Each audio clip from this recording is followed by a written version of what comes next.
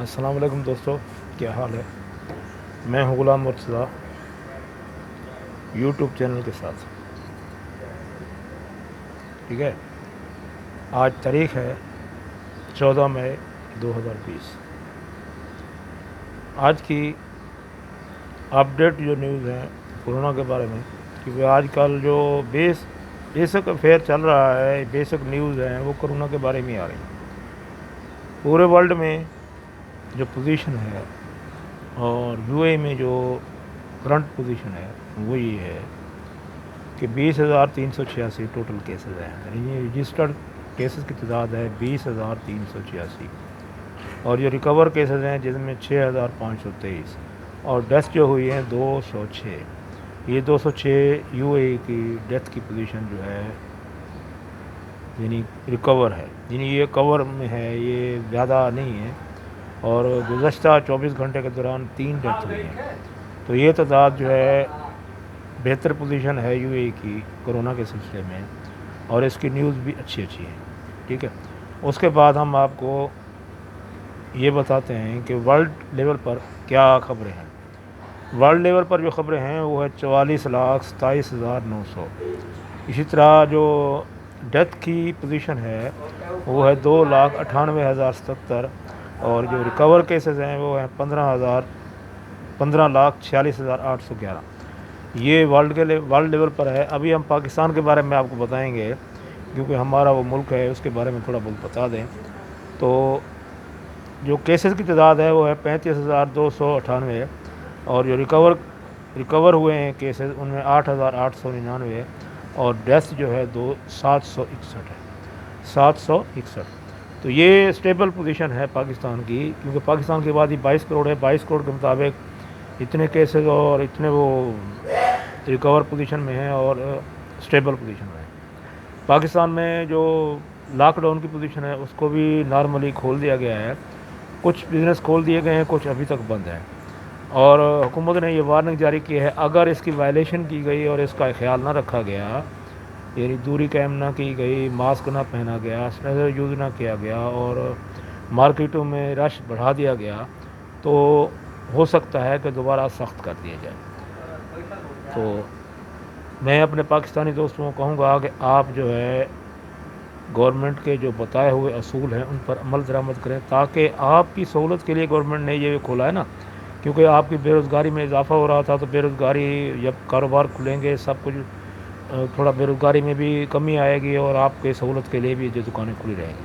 اگر آپ وائلیشن کریں گے، رش زیادہ بڑھائیں گے، تو صاف ظاہر ہے گورنمنٹ کو کچھ نہ کچھ تو آپشن لینے پڑیں گے، کیونکہ WHO کی طرف سے پریشر آئے گا اور پاکستان کو پھر دوبارہ لاک ڈاؤن کی طرف جانا پڑے گا. تو میرے دوستو، سیاسی ٹپس میں آج میں آپ کو پاکستان کی امپرومنٹ بتاؤں گا جو ورلڈ لیول پر ہوئی ہے. ورلڈ لیول پر یہ تھا کہ ہم یو اے میں رہتے ہیں، دبئی میں رہتے ہیں. تو جب ہم 2003 میں یہاں پر آئے تو ہماری جو یعنی کہ پوزیشن تھی وہ اتنی ویک تھی کہ آپ سوچ بھی نہیں سکتے. پاکستانی ٹیکنیشین کو یا پاکستانی شہریت والوں کو اہمیت نہیں دی جاتی تھی، اور عام طور پر یہاں پر یہ مثال تھا پاکستانی کلو حرامی، یعنی ہم چور، ڈاکو، لٹیروں کے نام سے یہاں پر مشہور تھے. بینکوں میں ہمارے اکاؤنٹ بھی بڑی مشکل سے کھولے جاتے تھے. اگر ہماری تنخواہ 1,000 درہم ہے، ہم 2,000 درہم اگر پاکستان میں بھیجتے تھے، وہ پوچھتے تھے کہ یہ پیسے کہاں سے آئے. یعنی یہ پوزیشن تھی ہماری. تو ہم لوگ بڑی نوکریاں ملتی تھی تو بڑی کم تنخواہ پہ ملتی تھیں، ہماری امپرومنٹ بہت کم تھی. اسی طرح سعودیہ میں، دبئی میں، گلف میں، ہر جگہ یہی بات مشہور تھی، پاکستانی کلو حرامی. یہ فکرہ ہمارے کانوں میں چپتا تھا، تو ہم دل میں کڑتے تھے، یار یہ مسلم کنٹری ہے، ہم کسی یورپ کنٹری میں تو نہیں گئے، تو مسلم کنٹری میں ہمارا یہ پوزیشن ہے، تو یہ کیا وجہ ہے. اس وقت چونکہ ہماری سوچ ان کنٹریز کے بارے میں اتنی وسیع نہیں تھی، ہمارا تجربہ بھی نہیں تھا کہ یہاں کس وجہ سے ایسا ہے. تو اور دوبارہ پھر مشرف حکومت آئی، نواز شریف حکومت آئی، زرداری حکومت آئی، پھر نواز شریف حکومت آئی. تو یہ جو مسئلے ہیں بڑھتے گئے، کم نہیں ہوئے. تو لیکن ہمیں اس مسائل کی سمجھ بھی نہیں آتی تھی. اس میں یہ سمجھ آتی تھی کہ شاید ہم اخلاقی طور پر کمزور ہیں. ہم مذہب پر برابر عمل نہیں کرتے اور اخلاقی طور پر کمزور ہیں، شاید اسی وجہ سے ہے۔ لیکن ابھی جو موجودہ حکومت آئی ہے اس نے اس ساری سچویشن کا مسئلہ حل کر دیا ہے۔ جو سچویشن تھی وہ تھی ہماری حکومتی سطح پر جو پوزیشن تھی وہ ویل اینڈ گڈ نہیں تھی ان کنٹریز میں، یعنی ہمارے جو سفارتی تعلقات تھے، ہماری جو خارجہ پالیسی تھی وہ کمزور تھی۔ ہم لوگ صرف، ہمارے جو حکمران لوگ ہیں وہ ان حکومتوں میں جاتے تھے صرف اپنے سہولتیں لینے کے لیے، بزنس کی سہولتیں لینے کے لیے، اپنا پیسہ وہاں سرمایہ جو ہے وہاں لگانے کے لیے، سرمایہ کاری کرنے کے لیے، فیکٹریاں انڈسٹریاں لگانے کے لیے۔ وہ لیبر کے بارے میں، مزدور کے بارے میں، پاکستان کے بارے میں نہیں سوچتے تھے، جس کی وجہ سے ہمارا مورال ڈاؤن ہوتا گیا یہاں تک کہ ہمیں تیسرے درجے کا شہری سمجھا جانے لگا۔ یعنی جب کم سے کم تنخواہ پر جاب ملتی تھی تو ہمیں پاکستانیوں کو ملتی تھی۔ اگر 100 سیٹیں ہوتی تھیں ان میں 10 سیٹیں پاکستانیوں کو ملتی تھیں، باقی سیٹیں دوسری کنٹری والے لے جاتے تھے۔ تو گلف میں ہماری پوزیشن کمزور سے کمزور ہوتی جا رہی تھی۔ ابھی موجودہ حکومت نے یہ کام کیا ہے کہ اس نے گلف کی تمام ریاستوں سے اپنے سفارتی تعلقات بہتر کیے ہیں۔ یہ میں آپ کو صحیح پوزیشن بتا رہا ہوں، کسی پارٹی سے کسی نہیں بتا رہا ہوں۔ ابھی ہم دکان پر جاتے ہیں، اگر کوئی دکاندار یا کوئی سرمایہ دار یا کوئی سیٹھ ہم سے پوچھتا ہے کہ آپ کدھر کے ہو، ہم کہتے ہیں ہم پاکستان کے ہیں۔ وہ ہمارے ساتھ ہاتھ ملاتا ہے، خوش بھی ہوتا ہے، اور وہ کہتا ہے کہ welcome, Pakistan is good country, ہاں Imran Khan is very good, your government is very, یعنی اس طرح کے فکرے وہ بولتا ہے تو ہمارا دل خوش ہوتا ہے کہ کوئی غیر ملکی بھی ہمارے ملک کے بارے میں اچھے تاثرات پیش کر رہا ہے۔ اس کی وجہ یہ نہیں ہے کہ وہ خوبصورت نہیں ہے یا وہ اچھا کردار کا مالک نہیں، وہ اچھے کردار کا مالک ہے اور وہ ایماندار ہے، پوری دنیا اس بارے میں جانتی ہے۔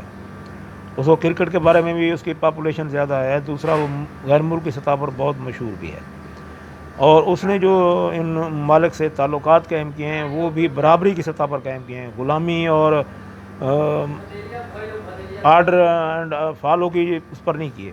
اس نے برابری کی سطح پر ان سے دوستی کی ہے، اور انہوں نے کہا ہے کہ برابری کی سطح پر ہم دوستی کریں گے اور کسی ملک کی جنگ ہم اپنے ملک میں نہیں لڑیں گے۔ اس نے جو نکات پیش کیے ہیں ورلڈ لیول پر، اور اس طرح جو اس نے یو این او میں سپیچ کی ہے، اس نے تمام اسلامی ممالک کے دل جیت لیے ہیں، اور اس طرح وہ ایک اسلامک ورلڈ لیڈر کے طور پر دنیا میں سامنے آیا ہے۔ اور آج الحمدللہ جو بھی فنکشن ہوتا ہے پاکستان کا، مثال طور یوم آزادی ہے یا کوئی اسی طرح کے فنکشن ہے پاکستان کے، وہ ہوتے ہیں تو عربی ہم سے آگے ہوتے ہیں، پاکستان کا جھنڈا لے کے آگے چل رہے ہوتے ہیں، اور وہ پاکستان زندہ باد کے نعرے لگاتے ہوئے کہ آپ کو میڈیا پر بھی نظر آتے ہیں۔ اور دوسری بات یہ ہے کہ وہ لوگ پاکستان کے جو ملی نغمے ہیں وہ بھی گانے شروع کر دیے ہیں اپنے فنکشن میں، اپنی تقریبات میں، اور پاکستانی سفارت خانے کو انہوں نے اہمیت بھی دینا شروع کر دی ہے۔ اور اب صورتحال یہ ہوئی ہے کرونا کے سلسلے میں کہ جو گلف نیوز کے مطابق میں بتا رہا ہوں، جو عربی یہاں مبصر ہیں، تبصرہ نگار ہیں، جو آگے کی پوزیشن بتا رہے ہیں، وہ یہ بتا رہے ہیں کہ اب چونکہ امریکہ نے اپنا ہاتھ کھینچ لیا ہے گلف سے، امریکہ اب اپنے تحفظ میں پڑ گیا ہے۔ پچھلے دنوں خبر آئی ہے کہ اس نے جو میزائل نصب کیے ہوئے تھے سعودی عرب کی سرحد پر، پیٹریاٹک میزائل یہ ہوتا ہے کہ وہ آنے والے میزائل کو ڈسٹرائے کر دیتا ہے، یعنی تباہ کر دیتا ہے، اس کا راستہ روکتا ہے۔ تو یہ میزائل ہمارے پاکستان کے پاس بھی ہے، پاکستان کا اپنا بنایا ہوا ہے، یہ پاکستان کے پاس بھی ہے۔ اور جو ٹیکنالوجی، جو میزائل، جو اسلحہ ان کو چاہیے، وہ سیکورٹی کا پاکستان کے پاس بھی ہے، کیونکہ ورلڈ لیول پر پاکستان کی آرمی اور پاکستان کے ویپنز، پاکستان کے ہتھیار بہت مشہور ہیں۔ تو اب گلف نیوز کے مطابق، گلف کی مبصرین کے مطابق، تو گلف کنٹری نے یہ فیصلہ کیا ہے کہ ہم اپنے تحفظ کا تمام سامان، تمام امداد پاکستان سے لیں گے، اور یہ جو سیکورٹی اور سیفٹی کے معاملے میں ہم امریکہ کو پے کرتے تھے، وہ پیمنٹ وہ امداد ہم اب پاکستان کو دیں گے اور پاکستان سے ہم سیکورٹی لیں گے. یعنی دوسری صورت میں یہ لے لو کہ پاکستان کی فوج اپنے ملک کے ساتھ ساتھ ان مسلم کنٹریوں کو بھی تحفظ دے گی. ہمارے ہتھیار ان کے بھی کام آئیں گے. اس سے یہ ہوگا کہ جو رجحان جو ایک نظریہ یہ تھا کہ امریکہ سب سے بڑا ہے، امریکہ سے ہم تحفظ لیں گے، امریکہ سے ہم سب کچھ لیں گے، تو اب ان کے نظریات چینج ہو رہے ہیں. تو امریکہ کو گاڈ فادر ماننے کی بجائے وہ اللہ تعالیٰ کو گاڈ فادر مان رہے ہیں، اپنا خدا مان رہے ہیں، اور پاکستان کی طرف راغب ہو رہے ہیں. کیونکہ پاکستانی فوج، پاکستانی ایجنسیاں، پاکستانی ویپنز دنیا میں ایک لیول رکھتے ہیں اور وہ بہت پاپولر بھی ہیں اور کامیاب بھی ہیں. تو اسی طرح کیونکہ سعودیہ کو یمن سے خطرہ رہتا ہے، اسرائیل سے خطرہ رہتا ہے، تو اس کے لیے پاکستان نے اپنے آپ کو پہلی صف میں کھڑا کیا ہے. ہمیشہ سعودیہ کی بھی حفاظت کی ہے، کعبۃ اللہ اور مسجد نبوی کی بھی حفاظت کی ہے، اور اسلامی جو اقدار ہیں ان کی بھی حفاظت کی ہے. ہماری گورنمنٹ اور ہماری آرمی اسلامی دنیا میں سب سے آگے ہے، یعنی اسلامی دنیا کو لیڈ کر رہی ہے. تو اس لیے عربی ممالک نے سوچا ہے کہ کیوں نہ ہم پاکستان سے اپنا سب کچھ لیں. کیونکہ میں آپ کو 2007 کا ایک واقعہ سناتا ہوں. 2007 میں ہم لوگ سوڈان چلے گئے. جب سوڈان گئے تو وہاں ہمارا جو پہلا پڑاؤ تھا وہ خرطوم میں تھا. خرطوم میں جس ہوٹل میں ہم ٹھہرے ہوئے تھے اس میں پاکستان آرمی کے کچھ جنرل بھی ٹھہرے ہوئے تھے، جنرل میجر بھی ٹھہرے ہوئے تھے، جو یو این او کی طرف سے وہاں تعینات تھے. تو ہماری ان سے بھی ملاقات ہوئی. میراڈینا ہوٹل تھا، بہت اچھا 5 اسٹار ہوٹل تھا. ان سے ہماری ملاقات ہوئی، ہم نے بات چیت کی ان سے. انہوں نے کہا کہ ہم یو این او کی طرف سے یہاں پر تعینات ہیں. سوڈان نے جب یو این او سے ہیلپ کی لی تھی، اس میں یو ایس اے اور دوسری ملکوں کی آرمیاں بھی تھیں. تو یو ایس اے نے سوڈان کو اپنے ٹارگٹ پر لیا تھا اور اس کو جو ہے پسماندہ کرنے میں کوئی کسر نہیں چھوڑی تھی. اس میں خانہ جنگی بڑھتی جا رہی تھی. پھر سوڈان کے جو جنرل تھا وہ صدر بن گیا، یعنی آرمی حکومت آ گئی. تو اس نے ڈیمانڈ کی یو این ایس او سے ہمارے ملک میں ہمارے ملک میں اسلامی ممالک کے فوجی بھیجے جائیں. تو اس میں سب سے جو پہلی فوج تھی وہ ہمارے پاکستان کی امپروو کی گئی، اس کے بعد بنگلہ دیش. تو لہٰذا وہ جو پوری کمان تھی وہ پاکستانی آرمی کے ہاتھ میں تھی، اور ہم نے ان فوجیوں سے بھی سنا اور جرنیلوں سے بھی سنا. ایک جنرل تھے عبدالعزیز صاحب، ان سے ہماری بہت اچھی گپ شپ ہوئی، ہم بھی 2 دن رہے وہاں پر، تو ہماری ملاقات ہوئی. تو انہوں نے کہا کہ یہاں کی جو پوزیشن تھی اس کو ہم نے کنٹرول کیا ہوا ہے، اور آج سوڈان جو ہے امن میں ہے، اور یہاں پروجیکٹ بھی چل رہے ہیں، اور اب سوڈان ترقی بھی کر رہا ہے. اس وقت جو ہمارا جو درہم تھا اپنا یو اے ای کا، کیونکہ ہم یو اے ای کی طرف سے یہاں سے گئے ہوئے تھے، یو اے ای کا جو درہم تھا وہ 64 ریال تھا سوڈانی، اور جو ڈالر تھا وہ تو بہت آگے تھا، وہ تقریباً 500 تھا. یعنی $1 وہاں سے 500 ریال کا تھا، یعنی سوڈانی ریال 500. کھانا بہت مہنگا تھا اس ریال کے حساب سے، یعنی 250 ریال کی ایک چپاتی آتی تھی، یعنی ایک روٹی جسے ہم کہہ لیں. تو کھانا جو ہے 500 ریال 600 ریال کا آتا تھا، یعنی اس کی منی کے حساب سے بہت زیادہ تھا. سوڈان بہت غریب کنٹری تھا. یعنی آج کل تو بہت اچھا ہے، تاں تیل نکل آیا ہے، آج 2 سوڈان ہو گئے ہیں، ایک نیو سوڈان ہے اور ایک موجودہ سوڈان ہے. وہ رقبے کے لحاظ سے اسلامی ملک میں سب سے بڑا ملک بھی ہے، پہلے تھا لیکن اب تو تبدیل ہو چینج ہو چکا ہے. تو اسی طرح اب ان اسلامک کنٹریوں نے بھی سوچا ہے کہ ہم کیوں نہ بجائے اس کے ہم یو ایس اے سے امداد لیتے ہیں، دوسری کنٹریوں سے امداد لیتے ہیں، اپنی سیکورٹی لیتے ہیں، کیوں نہ ہم پاکستان کی طرف رجوع کریں. اب گلف کے جو مبصرین ہیں، تجزیہ نگار ہیں، جو تھنکرز ہیں، وہ یہ سوچ رہے ہیں کہ ہم پاکستان کی طرف رجوع کریں اور پاکستان سے یہ تمام چیزیں لیں. اور یہ کل کی نیوز ہے کہ کچھ مہربان اسلامی ملکوں نے پاکستان سے رابطہ بھی کیا ہے.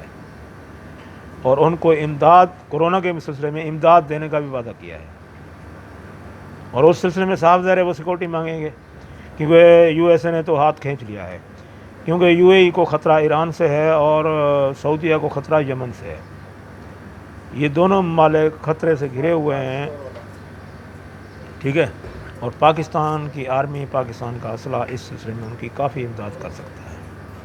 اس کے بعد ہم آتے ہیں پاکستان کی نیوز کے بارے میں۔ پاکستان سے بھی اچھی نیوز آ رہی ہیں۔ بھاشا ڈیم کا کام شروع ہونے والا ہے، اس کا فنڈ بھی فراہم کر دیا گیا ہے، اور اس کا انچارج جو بنا دیا گیا ہے باجوہ صاحب کو، یہ عاصم باجوہ صاحب کو بنا دیا گیا ہے، اور عاصم باجوہ صاحب ہی اس کو لیڈ کریں گے۔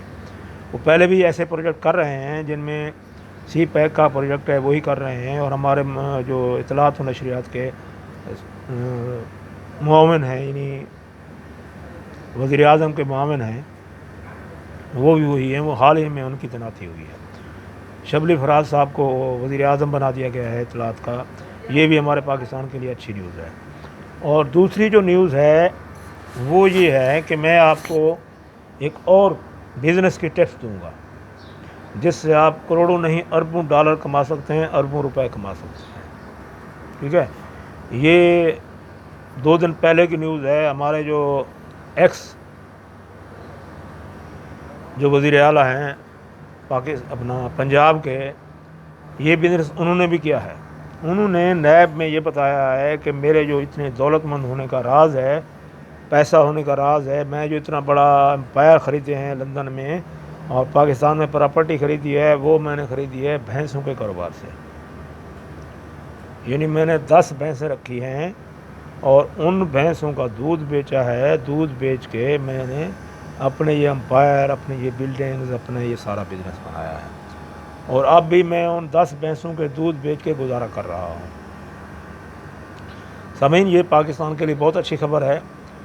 آج ہمیں پتہ چلا کہ بڑے بڑے لوگوں کے جو بزنس ہیں وہ بکریوں کے اور بھینسوں کے ہیں، تو لہٰذا ہمیں پاکستانی عوام کو بھی سوچنا چاہیے کہ اس کاروبار میں بہت پرافٹ ہے، لاکھوں نہیں اربوں کا پرافٹ ہے، تو آپ کیجئے۔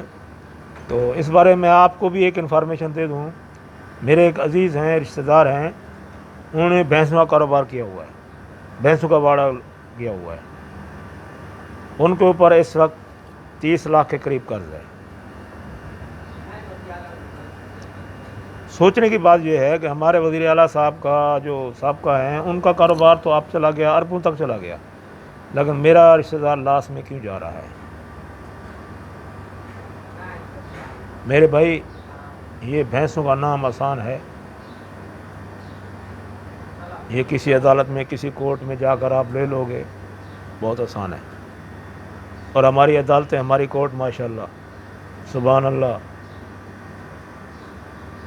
اس بارے میں الیکشن کمیشن کی جو پچھلی رپورٹیں ہیں وہ بھی اس کے لیے روشنی ڈالنے کے لیے کافی ہیں۔ اگر پی ٹی آئی والے الیکشن سے پہلے اپنی پراپرٹی اور پارٹی کا فنڈ شو کرتے ہیں تو اس پر اعتراض آ جاتا ہے، لیکن ماشاءاللہ پیپلز پارٹی والے اور نون لیگ والے جو مرضی دے دیں، جو مرضی دے دیں، عدالت کہتی ہے بسم اللہ۔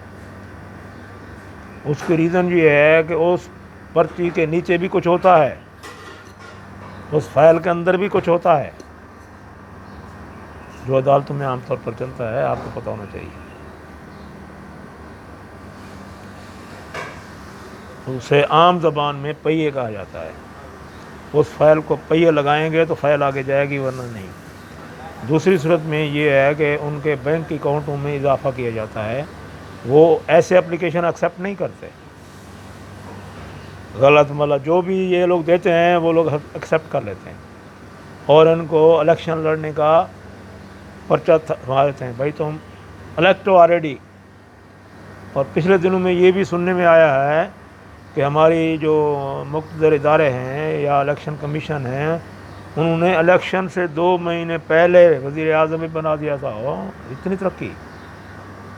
ہم نے سوچا تھا کہ پاکستان ترقی کر رہا ہے، لیکن اتنی ترقی کے بارے میں ہم نے نہیں سوچا تھا کہ 2 مہینے پہلے وزیر اعظم بنا دیا گیا، کابینہ بنا دی گئی، صرف اعلان ہونا باقی تھا، لیکن وہ تو عمران بن گیا، وہ تو عمران بن گیا۔ اب کیا ہوگا؟ پنجاب میں بھی عمران کی حکومت آ گئی، اوپر بھی عمران کی حکومت آ گئی، یہ تو پورا کیس فلاپ ہو گیا۔ اب صاحب بار بار ان لوگوں کو سنوا رہے ہیں آپ نے میرے ساتھ دھوکہ کیا تھا۔ اب سوچنے کی بات یہ ہے کہ ہماری عدلیہ، ہمارے مقتدر ادارے اتنے کمزور ہو چکے ہیں، اگر کوئی قطری خط پیش کرتا ہے تو اس کو بھی مان لیا جاتا ہے، اگر کوئی بھینسوں کا کاروبار شو کرتا ہے تو اس کو بھی مان لیا جاتا ہے۔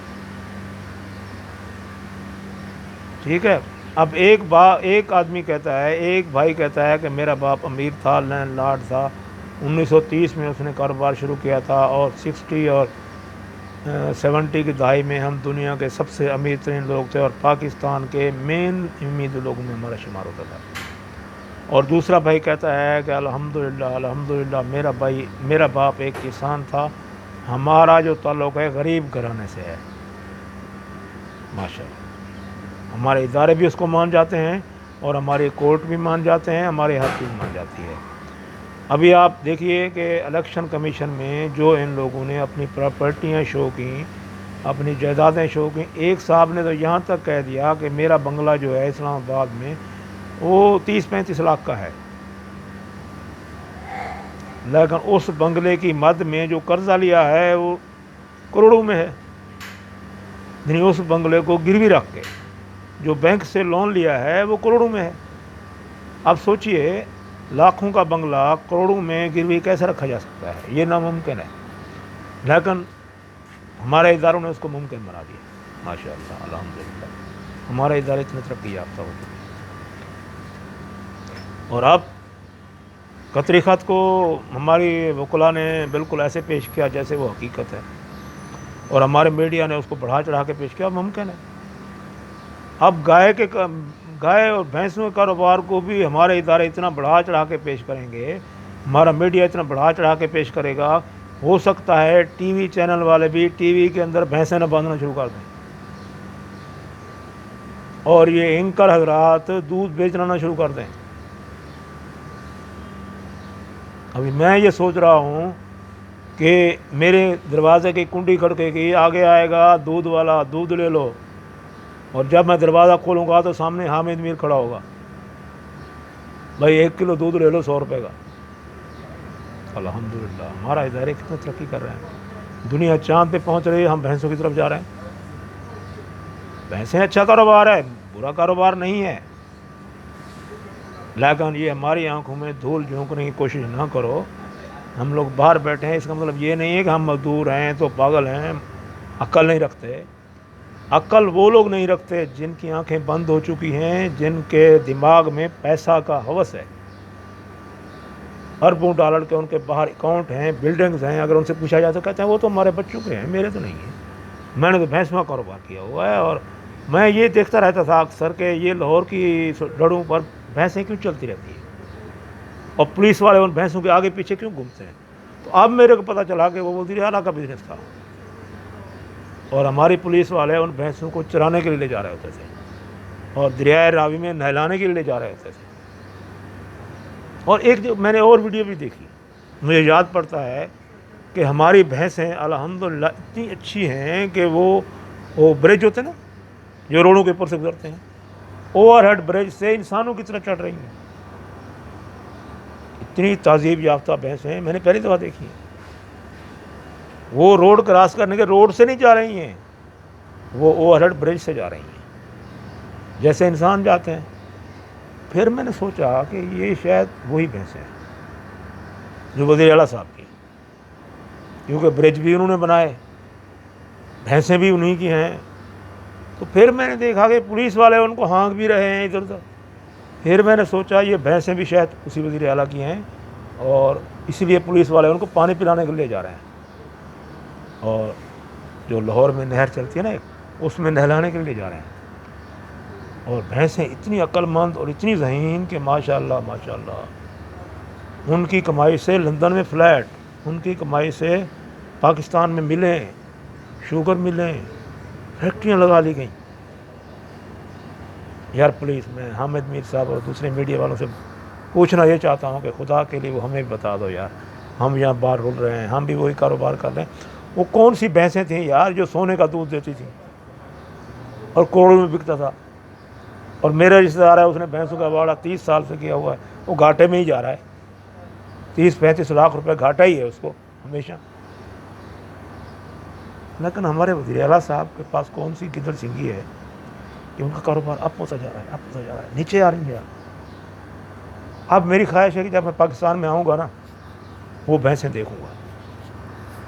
ٹھیک ہے, میرا خیال ہے میر شکیل کا کاروبار بھی یہی لگتا ہے میرے کو, بھینسوں کا اور بکریوں کا کاروبار لگتا ہے. ہو سکتا ہے کوئی مرغی شرغی کا بھی کاروبار ہو, لیکن مجھے یہ دیکھنا پڑے گا. ٹھیک ہے, کورونا کا سلسلہ بھی چل رہا ہے, اب ہم بھی سوچ رہے ہیں کوئی ایسا کاروبار کریں, لیکن ابھی میڈیا پر یہ خبر چلی ہے کہ تو ہمارے بھی کان کھڑے ہو گئے ہیں کہ یہ کاروبار بہت اچھا ہے. لیکن سوچنا یہ ہے کہ ان کا خرچہ کتنا ہے.